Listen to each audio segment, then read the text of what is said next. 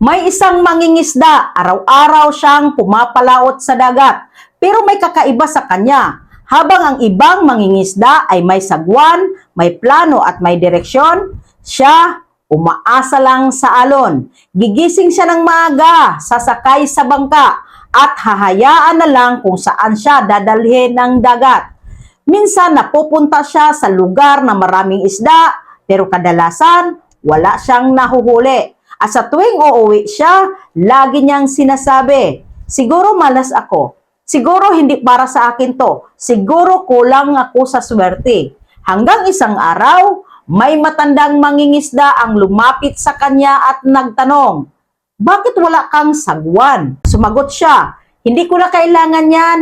Bahala na ang dagat sa akin. Ngumiti ang matanda pero may halong lungkot at sinabi niya, hindi ka talo dahil malas ka. Talo ka dahil wala kang direksyon.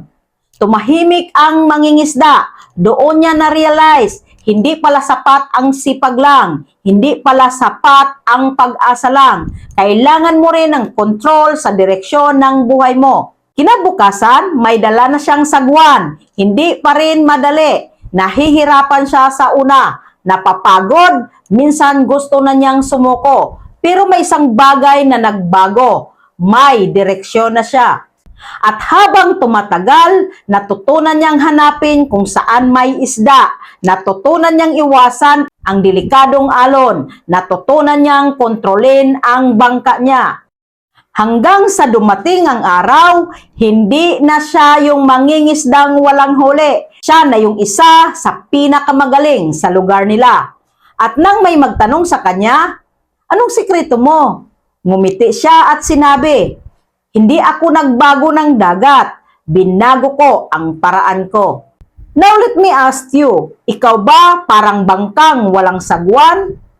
Umaasa sa swerte? Umaasa sa pagkakataon?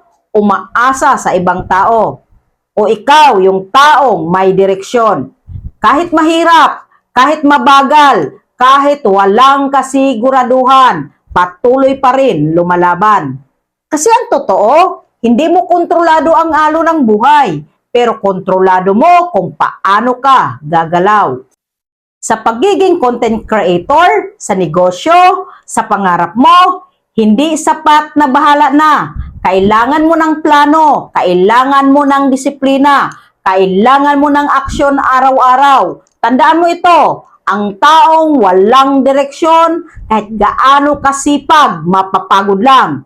Pero ang taong may direksyon, kahit mabagal, makakarating.